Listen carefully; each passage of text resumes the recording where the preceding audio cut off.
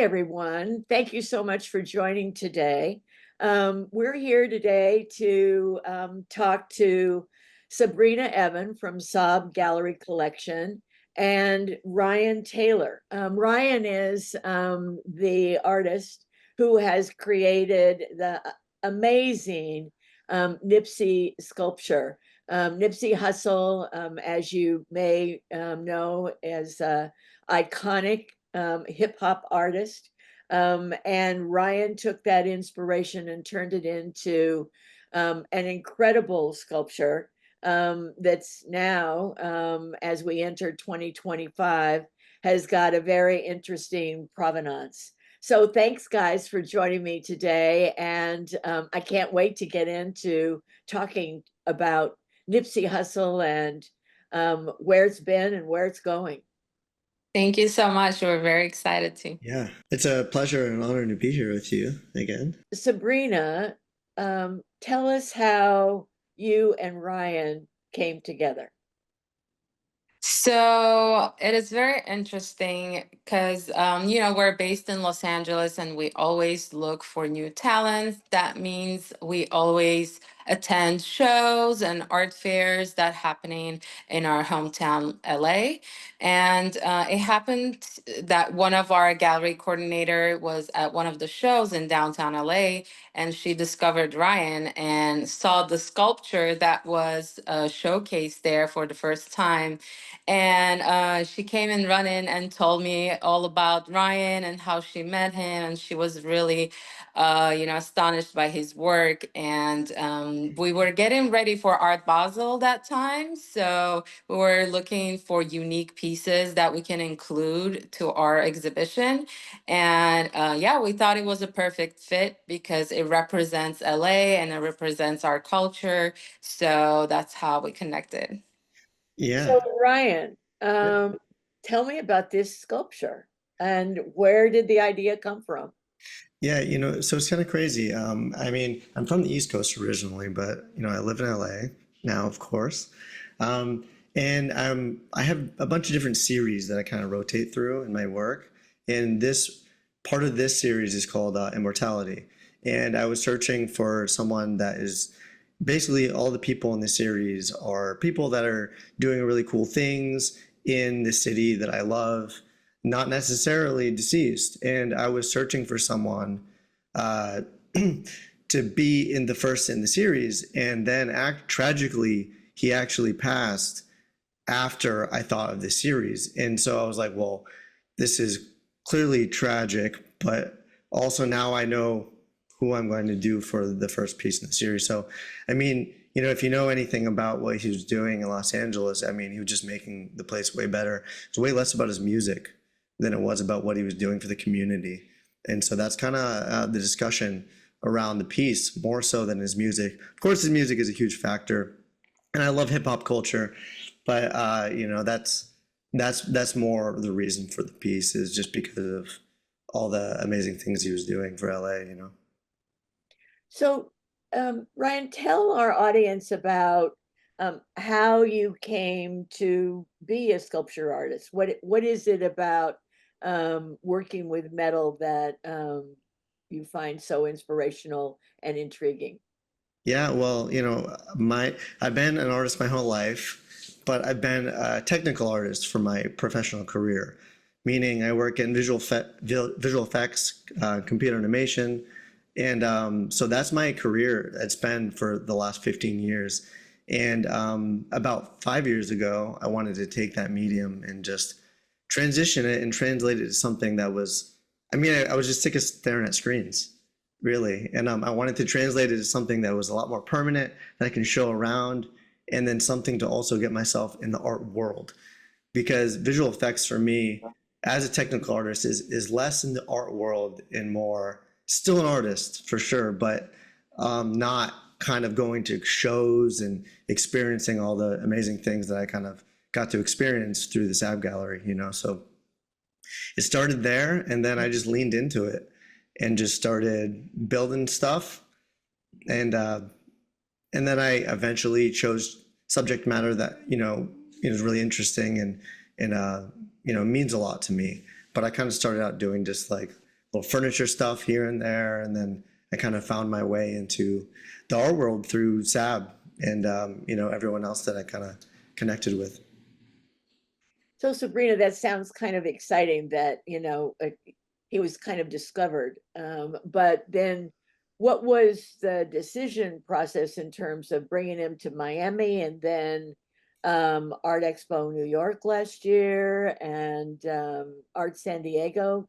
Tell us a little bit about that process, because I think artists are always interested in how a gallery really finds an artist and decides to put them in their collection. Yeah, so as I mentioned before, we were looking for cultural and artists that represent the LA best, and we found Ryan was one of the artists that could really speak for his sculpture, and it's just such a massive and meaningful piece. It includes so many details to it, and so many hours once was spent on it, and we just found this very unique, and we decided to include it in Miami.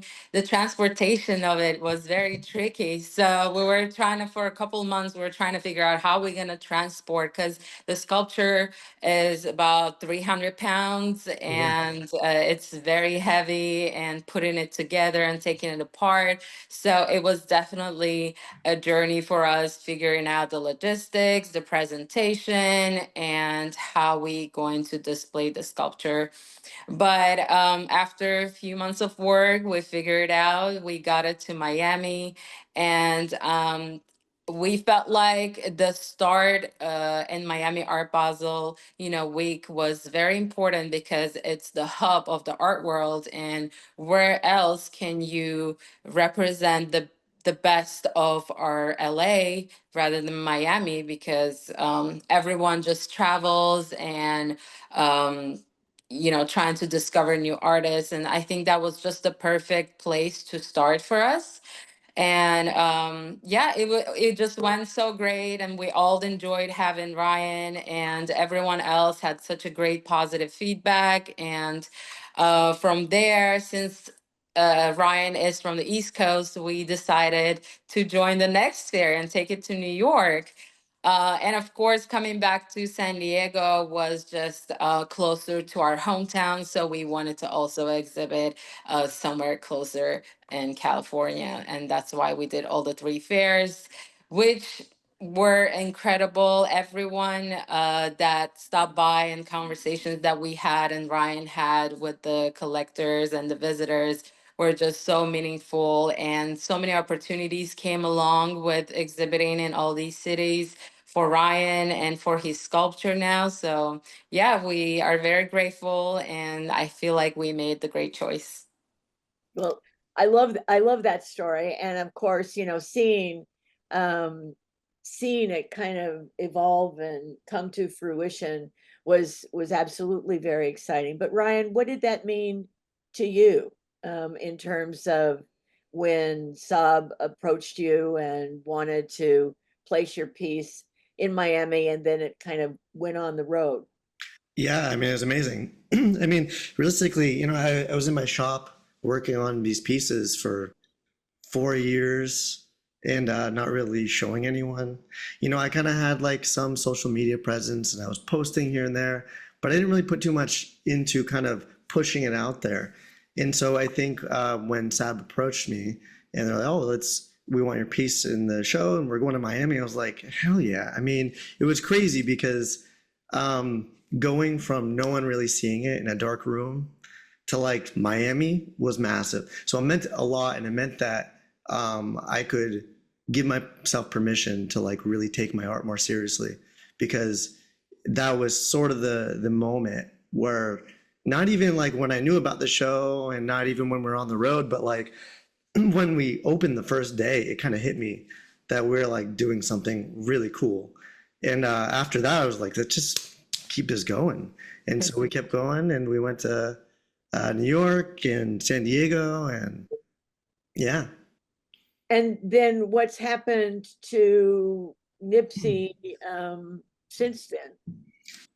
Actually, quite a bit. You know, Miami was a great like show in general, but also a great first show just to really just talk to, 1,000 people a day and kind of just wrap my head around what I'm going to say about this piece and really what it means to me. Um, and then when it got to New York, as you know, because you handed me the award, I won Best Sculpture Award for that show, which is great. But also coming from that show, I made contact with the curator of the Hip Hop Museum in the Bronx that's now being built and is almost done. And the timing of it couldn't have been more perfect. Been talking to been talking to him every month. We have these calls and we're like, how are we going to get this piece in? And the timing is great because it's not built yet, so it's not filled with art. And so the opportunity for me able to get it in there when they're kind of figuring out what they're going to get in there for the grand opening was perfect timing. And so that's been huge, just talking to him every month and figuring the logistics of getting it over there. And so I think, this year, the beginning of this year is really where everything is, I think, is starting to really come together from it. And from that, people saw that work, and now I have Christie's auction that I'm actually working on for I think January 31st is when it has to be installed in New York. And so I can't really say much about it, but just the fact that this piece, getting it out there through the galleries, everyone seeing it, and then people being like, hey, you can do this. Would you be a part of this crazy cool collaboration that I have? And it's just kind of starting to build and snowball. So it's been instrumental in everything that I'm doing currently. It's been huge. Well, I think that's a great story. But, Sabrina, what has the Nipsey sculptures impact been for SAB Gallery? How has that all impacted you in any way? First off, I would like to thank you for awarding us during Art Expo New York. I feel like that was a moment that really was meaningful for both of us as a gallery and the artists that we represent. And yeah, making connections with the museum and working with other collectors that were interested. We actually had some producers in the music industry that were working with Nipsey connected with us. So it definitely led us to many other opportunities, and it opened door to knowing more people that were involved in different industries, but also connected to the art world. Yeah, it's been a very, very impactful, and we are very proud of Ryan, and we're very proud of everyone that worked so hard to putting it all together and presenting the work, and just taking a moment to take a look and really get to know the story behind the sculpture. Because a lot of people there's many people at the art fair, but a lot of people really took time to talk to us, to learn about it, and share their story afterwards. Well, I definitely remember it being a showstopper. Um, and I think that, the whole story here, I think, kind of demonstrates that the people that come to an art fair, sir, okay, so they walk in the door. The one thing you know about them is they're interested in art. There's a lot of things to do in Miami. There's a lot of things to do in New York, in San Diego, but they walked in the door of Mhm. an art fair. So they're art interested. So they've pre-qualified themselves just a little bit. But the other thing that I think is really interesting about this story is what you're really talking about is the variety of people that come in Mhm. and what their backgrounds are and what they're looking for. You're talking about museum um, curators, you're talking about gallery owners, you're talking about special collaborations in the entertainment industry. Mhm. So it's so multifaceted. One of the things that certainly in New York that happens a lot is you're also seeing people that are in the um, product development area, walking in the door, looking for opportunities. And I know, Ryan, that you've created some of those opportunities based on the Nipsey sculpture. So you've got other pieces that have been inspired by the sculpture that people can also purchase now. Yeah, yeah, absolutely. So there's necklaces I remember seeing in San Diego. Yeah. Uh, So, oh, sorry. In Miami show actually is I made a contact there and just a really cool guy, and I'm really big on just like the vibe and energy of the people.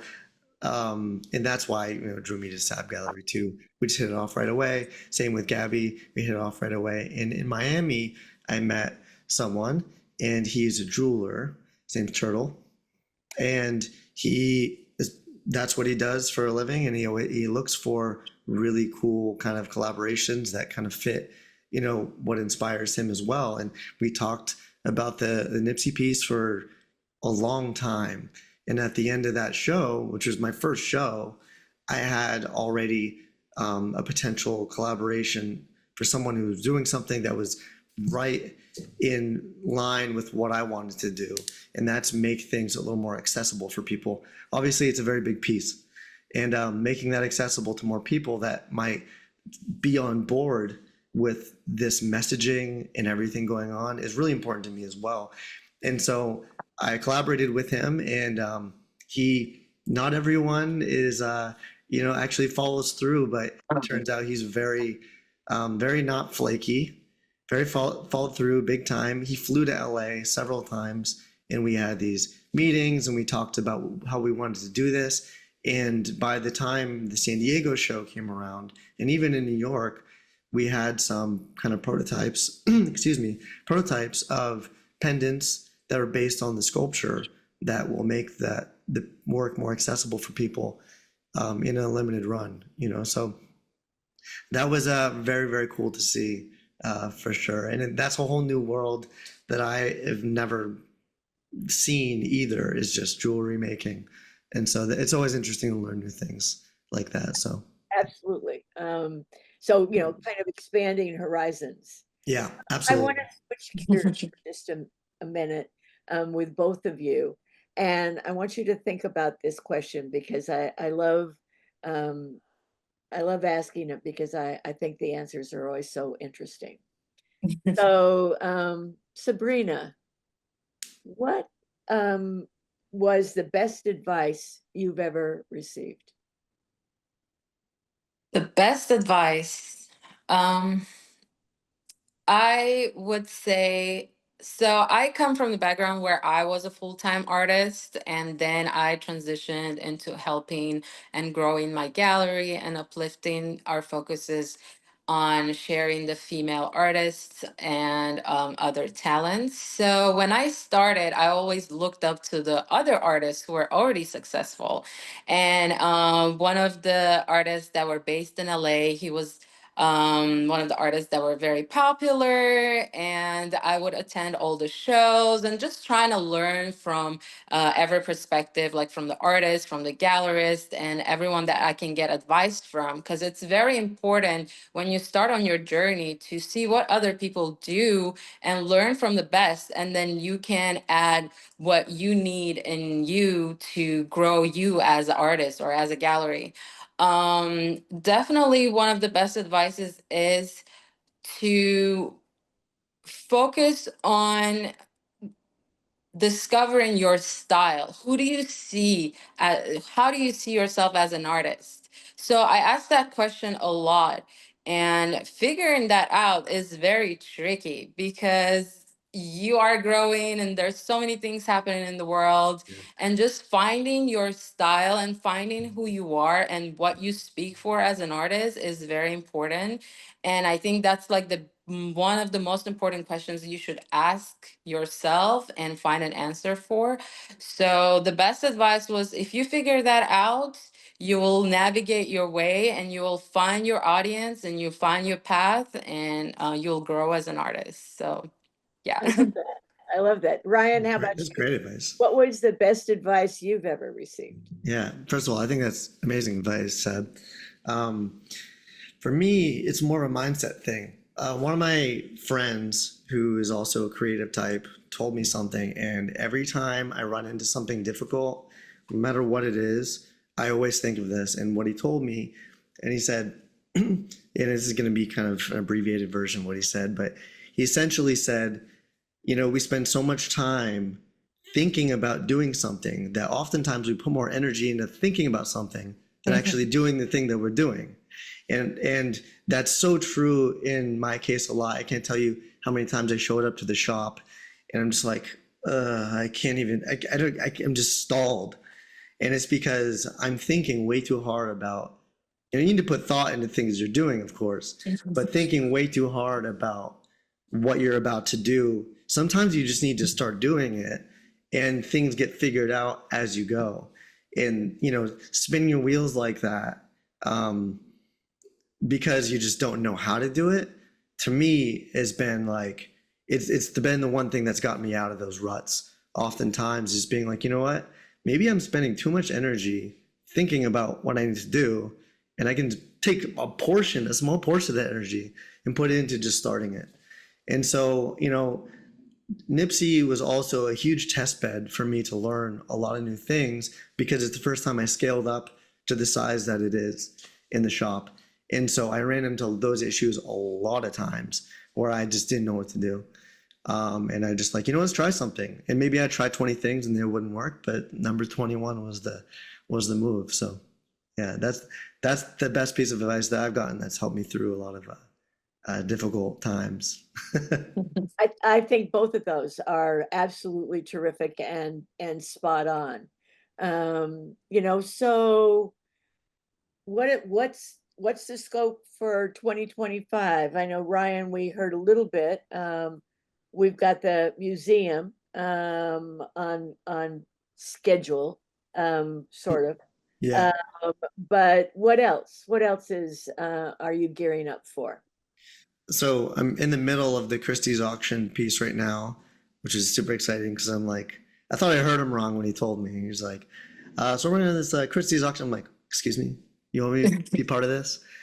And, you know, and that was in large part due to the piece that I had done with Nipsey. He actually told me, because he's been in the shop with me working on it. He told me, he's like, yeah, I mean, I'm not really sure if I would have necessarily had the confidence in you to do what we're trying to do now if I hadn't seen that piece. So, you know, your work is not just the work that you do, it's showing what you're capable of, and it's showing where you can go. And so the Christie's auction house and the hip hop museum, if those two things happen, I mean, I'm happy for the year, baby. But I will say it's looking like it's going to be starting to be more than that. And so it's just, these things keep snowballing a little bit and a little bit. And I think it's at a good rate. I don't want it to snowball too fast because then I can't do everything, which is a good problem to have, of course, is, too many opportunities. But I think it's starting to become this thing where, you know, I'm making the connections from this artist who I'm collaborating with. And, you know, I also met another artist in San Diego that sold a bunch of work, actually, Travis Luckhurst. And we're gearing up to do a collaboration with him, and he's a really, really great guy, you know, and so all these things are kind of coming in. And what's nice is I feel like I'm able to sort of like really choose the things that are, you know, meaningful to me as I go through this. Because the interactions I've had with the people that I'm collaborating with, it's always just like getting along with that person and being able to go to dinner and get drinks with them, kind of a thing first. And through that, I think you really find like a huge creative outlet to be able to open up and just talk about these wild ideas And I think that's been the biggest catalyst for me, and why I think that I'm able to kind of get a lot of these opportunities in the new year. So Nice. And how about for you, Sabrina and Saab Gallery? Well, we had such a great year last year, and we're looking forward for 2025 was doing more fairs. We love connecting and showing more artworks and more artists. And we have hosted about 9 shows on our own last year. So we're looking to expand to Europe this year. So our first show is happening in London. And yeah, we're very excited for new markets and, meeting new people and discovering new artists. So that's something that's very exciting happening in our community right now. And we really look forward to it. That sounds great. So just as we close, we've been talking a lot about art, your gallery, all of the things that have transpired around really showing the Nipsey sculpture for the first time for Saab Gallery as well as for you, Ryan. But when you're not thinking about all that kind of stuff, when you're doing something else, Ryan, where would we find you? I'm always thinking about it. But if I'm not working on something actively, I mean, I have a lot of creative type friends. And for me, I know what's been really helpful for me, and really inspiring is just having my friends around me that are really supportive of me. And I want to give that back. And I have so many friends that are doing so many projects. And so I just love to go out with my friends and hear about what they're doing. It's like you might get a little idea from it, or maybe not at all. And maybe you're just there to support them and make them feel loved and grow as an artist, and maybe share some pitfalls of things that you can relate to. And I just love that whole thing. So that's like that's my first go-to, is if I'm not working on something, is to like, okay, well, what my friends are doing then, like, let's see how they're doing. I mean, of course I have my little dog too, but so I'm hanging out with my dog and my girlfriend, and just kind of just enjoying life, going around LA. And that's kind of also why I want to represent something about LA. There's so much here, I mean, and a lot of people have to travel and get on a plane to go see a lot of the stuff that we have right down the street. So there's definitely no shortage of things to do in LA. So I'm always out. I'm always out about in the city, and just discovering new little things right around the corner. That's great. And how about you, Sabrina? Where would we find you? Yeah, I agree with Ryan that, when you're artists or, in the art world, you always look for inspiration. You always look for new ideas and fresh perspectives. So, what I did last year is when we didn't have any projects or we're not doing anything, is just go out and like visit other exhibitions. I actually got a chance to visit the Art Basel in Switzerland last year, which was very nice to see where it all started and learn more about the history behind it. And visited many museums like the Picasso Museum and other places that really taught me a lot, more than I knew. And I was really lucky to get to experience all that. So just love traveling, love discovering more about art and more about the people and what they think about art, and sharing those stories in our pages. I mean, we share not only about our gallery, but the community and the art. So we share about art fairs, about artists, about the shows that are happening, because we can all learn from each other and grow together. Absolutely. Well, listen, thank you both. This has been so much fun to really one, see you, but also have a chance to chat and kind of catch up and learn what's going on with Nipsey and plans for Nipsey for 2025. I think that when you said early in this conversation, Ryan, about it being part of your Immortal series, I think this sculpture is well on its way to definitely being immortal and having a wonderful provenance. So thank you both, and I'll hope to see you soon. Thank you so much. Thank you so much, Linda. I really appreciate it. And I'm sure we'll see more of you. We'll be at those shows right there. Okay, see you then. Yes, thank you so much. And we'll see you in New York soon. Yes, absolutely.